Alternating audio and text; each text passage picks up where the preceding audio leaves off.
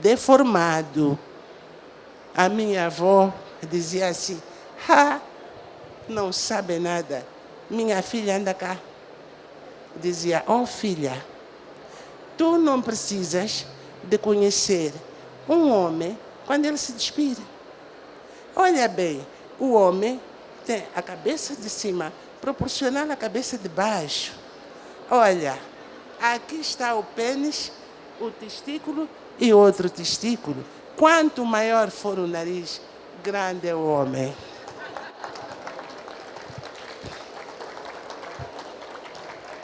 Estão a ver?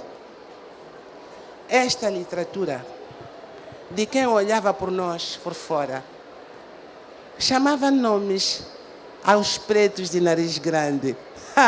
Meninas, vamos à África, vão saber o que é um homem de verdade. Então, perdoem-me, de vez em quando fico com a cabeça esquentada, mas a literatura primeiro tem que ser descolonizada. Primeiro. Temos que negociar isso. Segundo, temos que, com esta nossa arte, ser capazes de participar na construção de um mundo do futuro. E a África está presente. Não sei, acho que respondi. Falei, mas não disse nada. Desconta.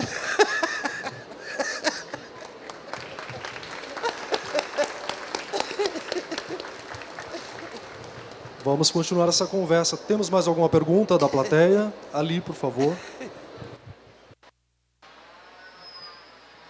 Obrigado. Posso falar? Bom dia, Paulina.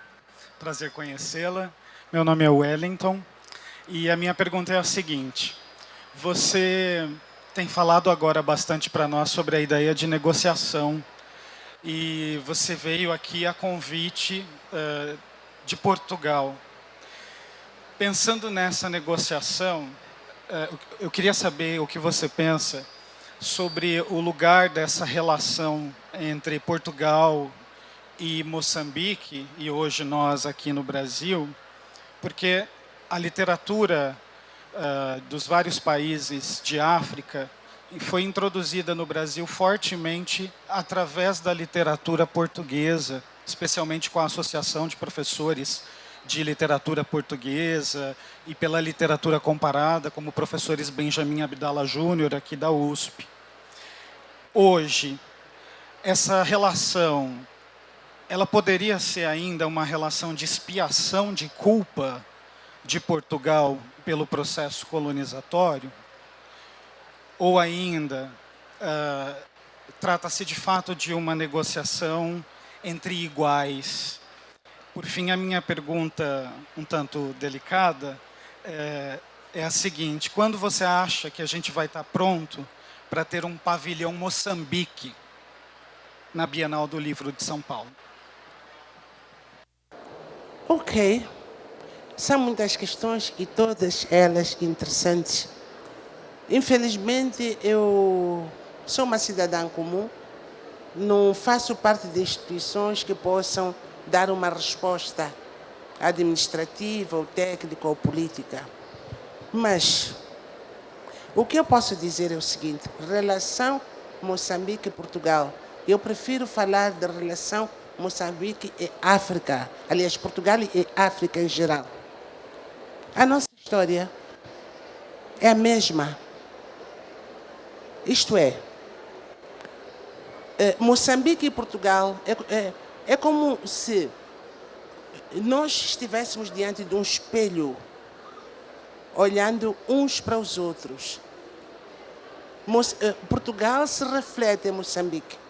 Moçambique se reflete em Portugal. Por muito que a gente não queira, a nossa história está ligada. Isso é indiscutível. Deixa-me dar só um exemplo para me fazer entender melhor. Enquanto para Portugal o mar é a estrada de glória dos descobrimentos, para Moçambique o mar é a estrada de dor, é a estrada do terror e da partida para a escravatura.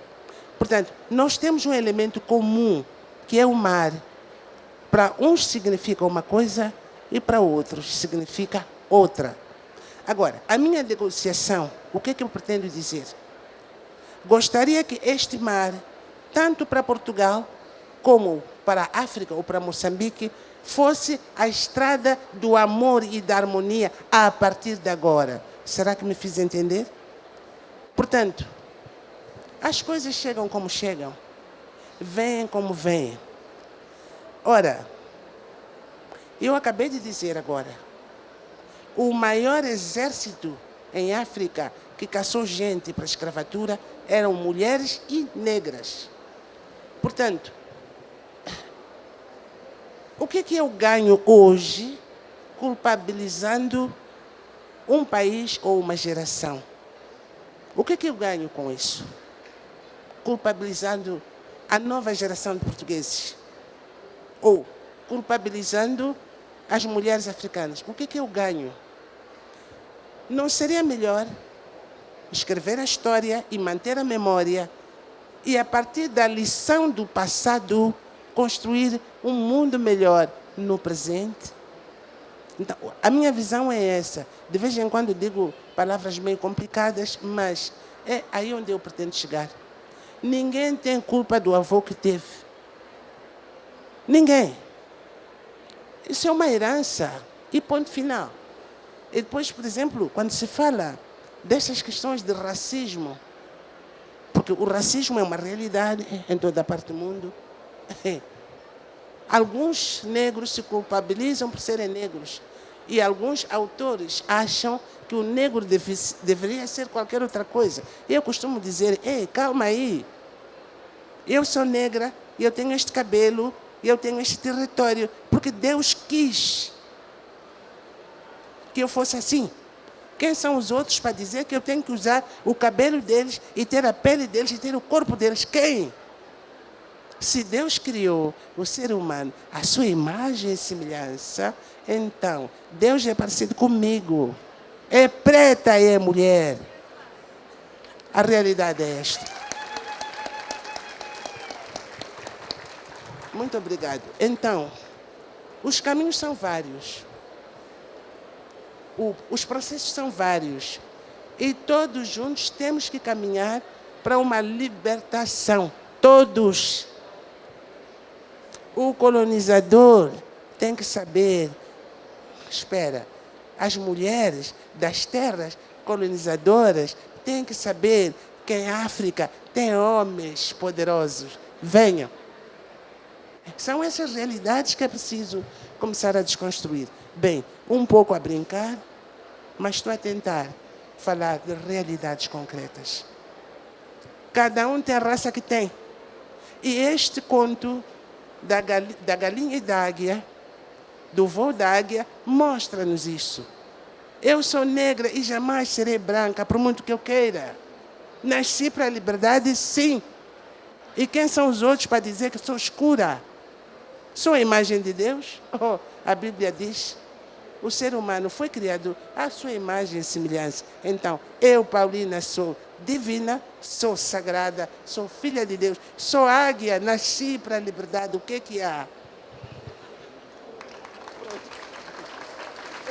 Obrigado, Paulina. Gostaria de emendar já essa questão da religião, né? Nesse texto seu, não sei se a pronúncia é correta, Ngoma Yeto, o Curandeiro e o Novo Testamento, você fala sobre o uso da religião como instrumento de dominação colonial, né? E você propõe um novo olhar sobre Jesus Cristo, uma apropriação africana sobre a figura de Jesus Cristo, sobre a narrativa, que nesse texto você critica porque vem com o uso político, com o uso de dominação. E aí eu fiquei pensando, né, nessa questão. Nós no Brasil costumamos dizer que Deus é brasileiro. E aí você traz essa ideia, né, de que Deus pode ser africano. Jesus Cristo era africano. Eu gostaria que você falasse sobre a religião em Moçambique, porque tem uma presença significativa de católicos, de islâmicos e de protestantes, e se não há uma continuidade do uso da religião com com finalidades, com uma neocolonização, talvez. De uma certa forma, a gente vive isso em algumas partes do mundo, talvez no Brasil, né? Gostaria que você falasse sobre isso, né?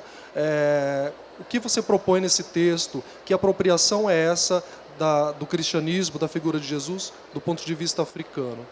Que crítica é essa que você traz ao uso da religião? Ok. Eu costumo dizer sempre aos africanos que a nova colonização virá em forma de religião. Eu acho que não estou a me enganar muito. Se no passado foi assim, hoje também poderá ser. A religião foi sempre usada como uma instituição de lavagem cerebral e de dominação dos povos. O que hoje se assiste em África, depois das independências, é preocupante. Em nome de um Deus qualquer, está a morrer o nosso povo em Cabo Delgado. Porque dizem eles que são, sei lá, não sei, são muçulmanos ou quê, mas a região norte de Moçambique é uma região marcadamente muçulmana. Então, de que Deus estão a falar? Não sei se me faço entender. Quando chegam e fazem os seus ataques, falam em nome do profeta. Mas a população que matam é uma população do mesmo profeta. Então, o que está a acontecer aqui? A região sul de Moçambique é dominada pelo cristianismo. Bem, isso tem razões históricas também, mas a realidade é uma. A instituição chamada religião foi sempre usada para dominar, sobretudo, os povos negros. Dizem que a África está nas trevas, que a África precisa de luz, e vão para ir salvar a África. E eu pergunto, a pergunta que eu faço sempre é: quando as cruzadas saíram de Portugal, diziam que iam cristianizar a África, iam salvar a África do pecado. Que salvação tivemos nós, africanos? Conhecemos o inferno da escravatura e da dominação colonial, em nome do santo profeta. Não sei se me faço entender. Portanto, a religião está muito ligada à manipulação e à opressão, por um lado. Por outro lado, a tendência de olhar para esta África como um continente sem história, sem religião, e de diabolizar tudo que a África tem. São as novas religiões agora. Diabolizam a memória do pai, diabolizam a história da família, diabolizam a terra, diabolizam inclusive as pessoas. Isso é o mesmo dizer: você, preto, é um diabo, morre para ficarmos com esta terra que é tua. Não sei se me faço entender. Isso é sério. Isso é muito grave. Isso está a acontecer, não em Moçambique, mas em vários países africanos. A igreja está a voltar, ou a religião está a voltar com muita força para vir nos dominar. E é preciso ficarmos atentos. Eu acredito que a América Latina também deve estar a sofrer esses fenômenos. É complicado, mas o povo africano tem religião. Eu fiz esse trabalho com uma curandeira e cheguei a belíssimas conclusões, entre as quais estas. Jesus Cristo está muito mais próximo da cultura africana do que da cultura europeia. E essa conclusão incomodou muita gente.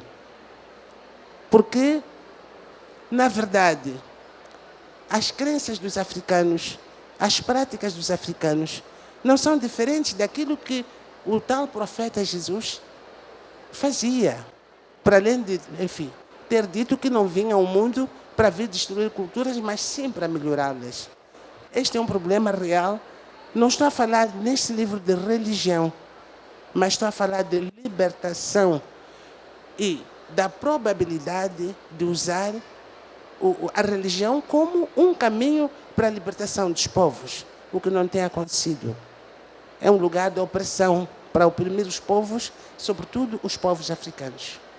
Está a morrer gente em Moçambique, noite e dia, em nome de um Deus qualquer. O que é isto? Bem, não gosto de falar de coisas tristes, mas a realidade é esta. Obrigado, Paulina. Muito obrigado. Isso é uma questão muito importante. No Brasil, inclusive, a gente tem uma mistura da política com religião bastante prejudicial para a sociedade. Eu gostaria de falar, você, num trecho do livro Niket, Uma História de Poligamia, você diz, né, a narradora diz, o destino de toda mulher é ser polígama.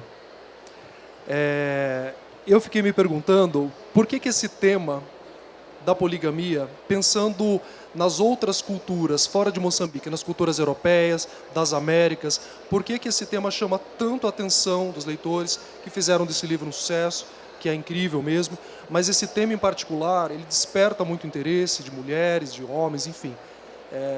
O que tem nesse tema, né, que você pensou dentro do contexto moçambicano, mas isso ganhou uma proporção universal. Então, o que você atribui a esse interesse tão que transpôs barreiras culturais?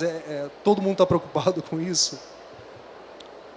Eu acho que não vou responder. Eu conheço a resposta, mas não vou dar. E sabe por quê? Porque o mundo foi construído à base de sistemas, ideologias, crenças e preconceitos. Numas regiões dizem que o homem é mais importante, noutras regiões a mulher é mais importante. O homem pode ter 10, pode ter 20 mulheres, dependendo não sei de quê. Então, o mundo é este lugar. Eu costumo dizer que o mundo é a maior morada de loucos, é o maior manicômio do planeta, porque o que está certo para uns não está certo para outros. O que eu posso dizer? Por exemplo, mas isso é uma coisa para maiores de 18 anos. Doenças como hipertensão, como acidente vascular cerebral, como depressão, são muito comuns nas mulheres casadas, mas nas prostitutas não.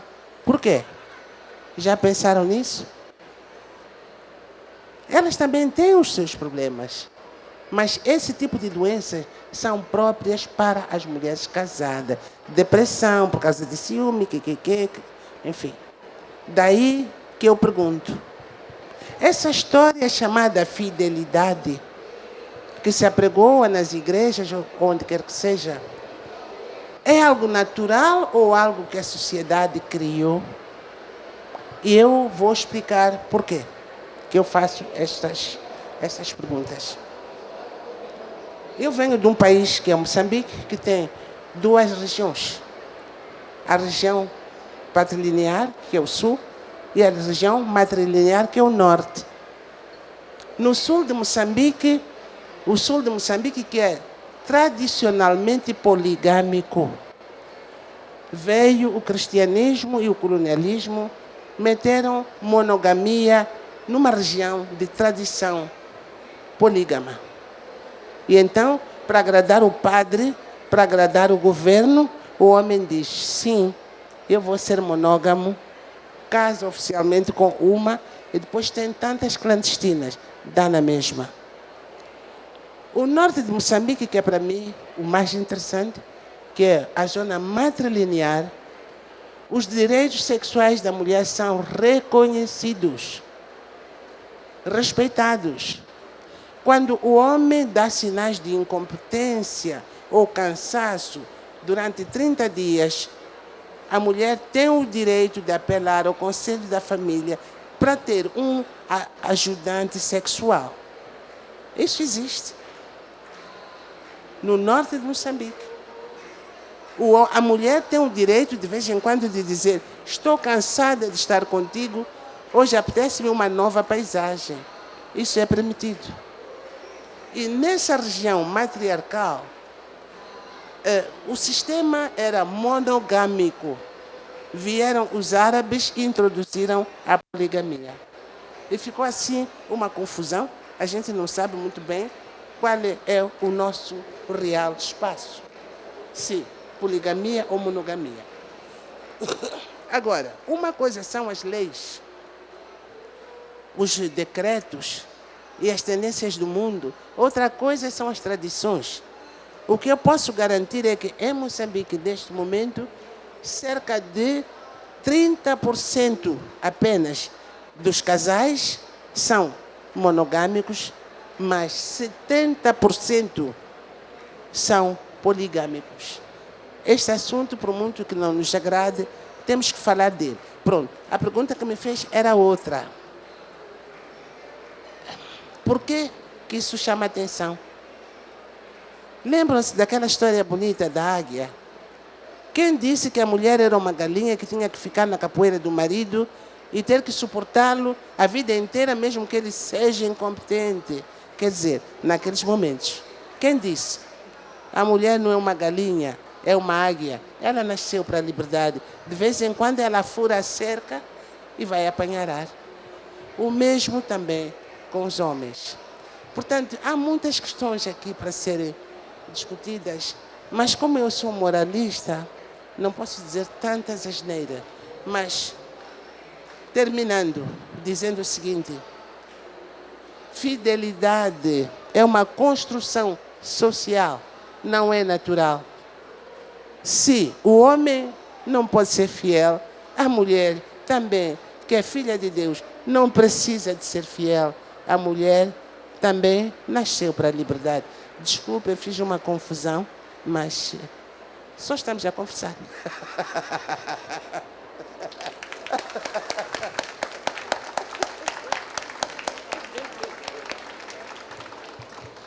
Temos mais alguma questão da plateia? Ali, por favor.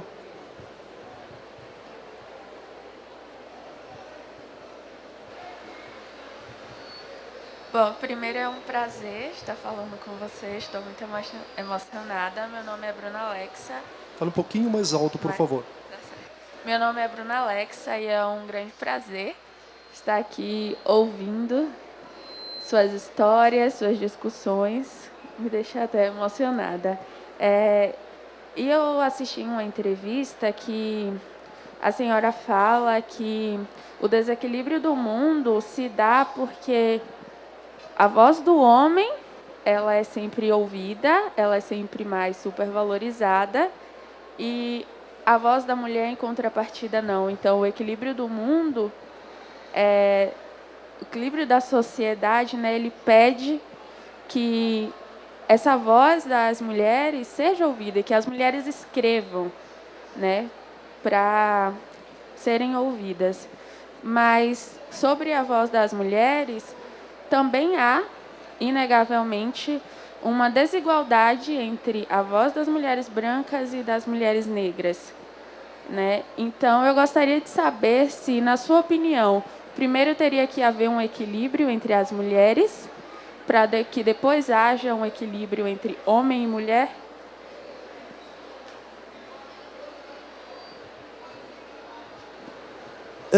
Muito obrigado. Para responder a esta questão, eu iria dizer uma frase muito conhecida, que é dita pelo Nelson Mandela, que é: é longo o caminho para a liberdade. É longo. E às vezes, quando sentimos dor neste momento, achamos que a solução tem que ser agora. E tentamos definir prioridades. Mas a história nos ensina, o nosso passado histórico nos ensina. Nós, os negros, por exemplo, os negros tanto no Brasil como em África, temos uma história de cerca de 5 séculos de lutas sem parar. Esta geração, depois a outra, depois a outra. Portanto, cada geração dá o seu contributo. E cada dia vamos nos juntando, um grupo aqui, outro grupo ali, e vamos construindo este mundo que é um mundo melhor. Portanto, A voz das mulheres tem que ser ouvida assim. Elas têm que ser preparadas. Elas têm que trabalhar. Sim.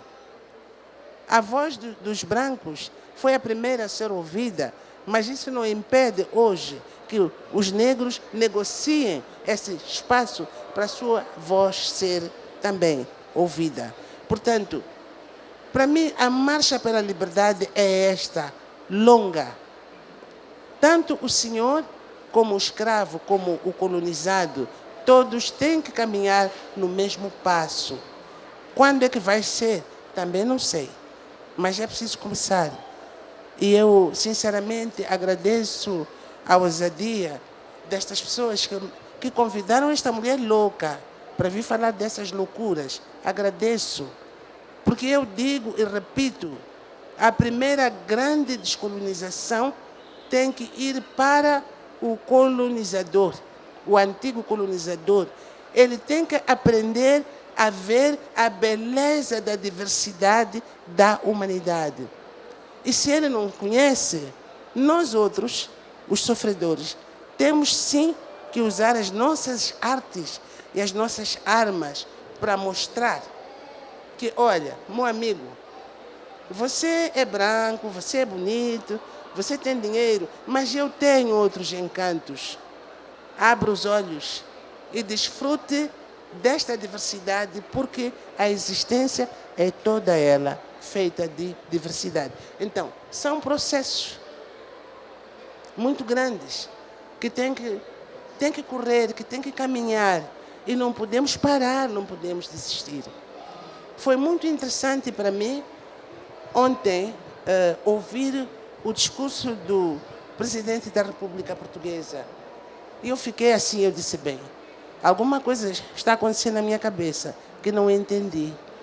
O discurso de libertação, um discurso libertário, que nos chama a todos para juntos caminharmos e construirmos um mundo novo. Foi para mim extraordinário. Eu disse, Deus, é possível ouvir um presidente de Portugal a falar assim? O que é que houve? Então, este discurso, estas caminhadas não são mais do que o produto das diferentes vozes e diferentes etapas em que toda a nossa humanidade passou. Sejam negros, sejam brancos, sejam mestiços e pessoas de outras raças. Agora, há uma questão que para mim é interessante. Nós muitas vezes ficamos parados no tempo, porque o perigo de olharmos para o nosso passado e para a nossa história é ficarmos parados no tempo. E parece que isso nos adormece um pouco e nos entorpece, porque vem aí novas colonizações e novas invasões. Não sei quem é que vem, não sei como é que vem, mas a verdade é uma. O povo negro, o povo mestiço, o povo branco, brasileiro, africano, português, tem que ficar de pé e juntos, porque há qualquer coisa pairando no ar. Não sei se estou a dizer asneiras, mas a realidade é esta. Se olharmos muito para o passado, virão outros fatores que nos vão atrapalhar. Estaremos divididos. Para quê? Não é melhor estarmos juntos? É bem melhor estarmos juntos e tentarmos construir. Eu até podia dizer alguns dos meus receios, mas tenho medo de os dizer.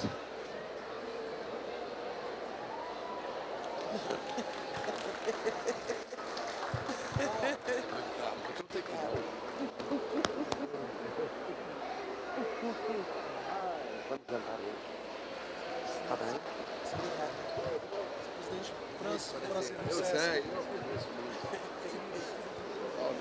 Muito obrigado.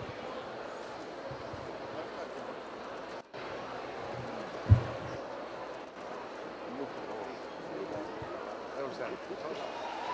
Só não. Dá, melhor. Só um minuto para dizer para dizer primeiro que as câmaras deviam abrir um pouco para eu poder ver. Você. Ora bom. Mas Paulina é uma mulher extraordinária. Eu logo no início do meu mandato, primeiro mandato, Paulina, por aquilo que tinha escrito, que estava a escrever, iria escrever. Depois disso, ela venceu o Prémio Camões, que tenho a entregar. Já está assinado pelos 2 presidentes. Portanto, vai receber, Paulina, mas continua escrevendo, porque escreve e nunca envelhece, nem deixa envelhecer os leitores. Ela tem o dirigir da Juventude Eterna. Um beijo.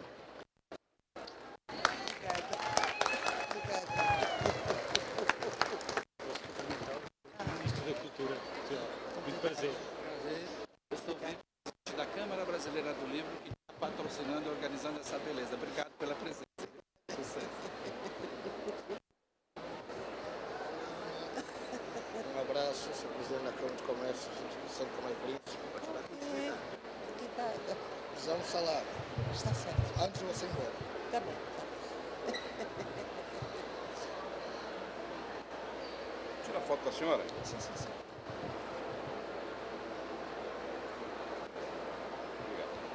Que hotel o senhor está? Estou no Tivoli, mas... Firmina. Chame. Firmina. Nós vamos continuar então a nossa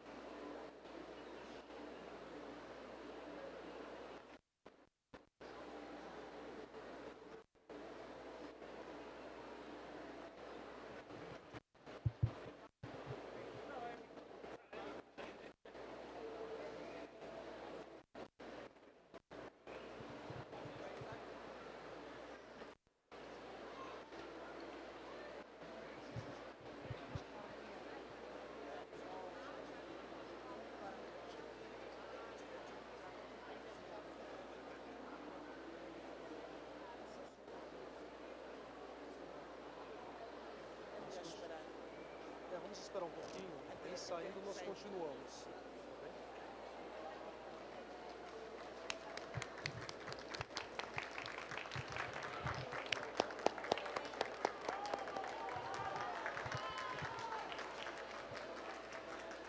Bem, depois dessa visita ilustre, nós vamos continuar com mais umas questões, já caminhando para o encerramento, tá bem? E aproveitando, né, que o presidente de Portugal nos falou sobre o Prêmio Camões, essa é uma pergunta final que gostaria de fazer. Sobre a importância dos prêmios literários. Você ganhou o prêmio, podemos sentar, você ganhou o prêmio José Craveirinha, né? E o prêmio Camões de Literatura, talvez outros que eu não saiba. O quanto isso é importante, né? Ter esse tipo de estímulo ao reconhecimento dos escritores e aos espaços para publicação. Eu ia dizer que nós temos atualmente no Brasil um espaço ainda insuficiente, mas um pouco mais relevante para autores e autoras negros, né, que compõem a maioria do nosso país, nas editoras, no segmento de ficção e não ficção. Nós temos grandes pensadores negros no Brasil, como Djamila Ribeiro, Cidinha da Silva, enfim, não vou me lembrar agora, muitos nomes importantes que têm colocado essa questão do lugar de fala, do espaço, não só para publicação nas editoras, e em espaços como esse, né, nos eventos literários, isso é muito importante. Eu gostaria que você falasse sobre os espaços que você construiu, que você foi ganhando com as premiações literárias. O que isso mudou para você? Que outras... Aqui, né, aqui mesmo no Brasil, esse é um lugar muito importante para nós, né, escutarmos a sua voz aqui. Isso foi possível também por conta do Prêmio Camões. Queria que você falasse sobre isso. Muito obrigado mais uma vez.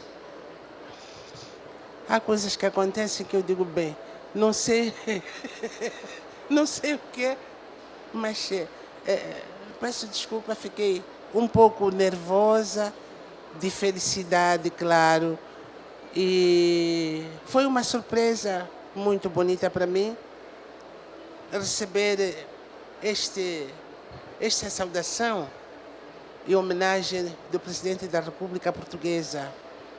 Estamos aqui a falar dos prêmios. Os prêmios são um lugar, este lugar que nos dá espaço para sermos ouvidos. Em primeiro lugar, um prêmio como o Prêmio Camões, eu só estou a descobrir a importância dele agora, porque nunca me passou pela cabeça que um prêmio desses podia ser meu. Mas quando comecei a sentir que realmente o prêmio era meu, e eu olhei para este prêmio não como o prêmio pessoal, mas primeiro é o prêmio para uma raça que finalmente é reconhecida, que é a raça negra.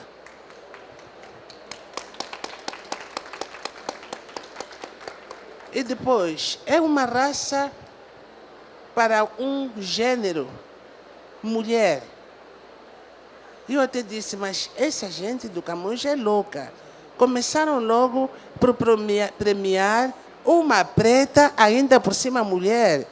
Será que estão bem de juízo? Mas a realidade é esta. Portanto, este espaço que se abriu é um espaço a partir do qual posso falar um pouco mais sobre este nosso sonho de construirmos um mundo um pouco melhor. Para eu crescer e ser alguma coisa, eu li ouvi outras vozes literárias do meu país e de diferentes partes do mundo. Isso me fez crescer. Assim, do jeito, por exemplo, a história, de novo, a história da águia e da galinha. Quando olho para alguém que venceu uma etapa difícil, e eu digo, olha, aquela pessoa recusou-se a ficar parada e lutou para libertar esse espaço, como aquele nosso líder que dizia, eu não sou galinha, sou águia, eu nasci para a liberdade. Então, os prêmios literários são importantes, sim, porque dão esse espaço, e quando a gente trabalha, a gente publica, os prêmios, as biografias acontecem, um dia alguém vai ler, alguém vai se inspirar e dirá, se a Paulina conseguiu chegar, eu também um dia poderei chegar. Mas, no meu sonho, aquele meu sonho que eu gostaria de ter, um dia gostaria de ver uma literatura, toda ela literatura, que não fosse apenas literatura feminina, que não fosse apenas literatura negra ou literatura branca. Isto é um processo que vai levar, se calhar, mais 100 anos, mas é preciso trabalhar nisto. Literatura tem que ser apenas uma. É literatura e pronto. Por que essas etiquetas de negro, de branco, de árabe? Por quê? Literatura tem que ser literatura. E nós, os negros, temos que lutar por conquistar esse espaço. Na minha geração, talvez não, mas terá que chegar esse momento em que a minha literatura seja olhada como literatura. Por exemplo, fala-se muito, botânica é uma ciência, mas quando a ciência estuda coisas de África, logo vira etnobotânica. Filosofia é coisa que dizem que os gregos têm. Mas quando se fala de África, fica etnofilosofia. Por que as nossas coisas têm que ser constantemente pequenizadas? Que nem a história da literatura oral. Ah, coitada da África, tem uma literatura oral, então uma literatura menor. Ei, não é assim. A criança só entra no mundo da literatura escrita mais ou menos a partir dos 7, 8. E todo o trabalho é feito pela oralidade. Então, cada um tem a sua função. Mas precisamos de construir um mundo novo sem estereótipos. E é preciso começar a desmantelar, pouco a pouco, esses preconceitos que foram sendo criados ao longo dos tempos, na perspectiva de conseguir-se um lugar melhor. Quando eu comecei a escrever em Moçambique, acho que havia um númerozinho de umas 4, 5 escritoras. Hoje, passados 30 anos, já aparece um número maior. É um processo, é uma marcha, é um progresso. Então, é urgente, sim, trabalharmos, mas é preciso reconhecer que também é um trabalho de gerações, de continentes e de raças. Não sei se exagerei, mas era isso que eu queria dizer. Paulina, muito obrigado. Uma salva de palmas, Paulina Chiziane, vencedora do Prêmio Camões de Literatura. Paulina nos ilumina nesse bicentenário da independência do Brasil. Muito obrigado. As suas ideias nos ajudam a nos pensar como brasileiros. Muito obrigado.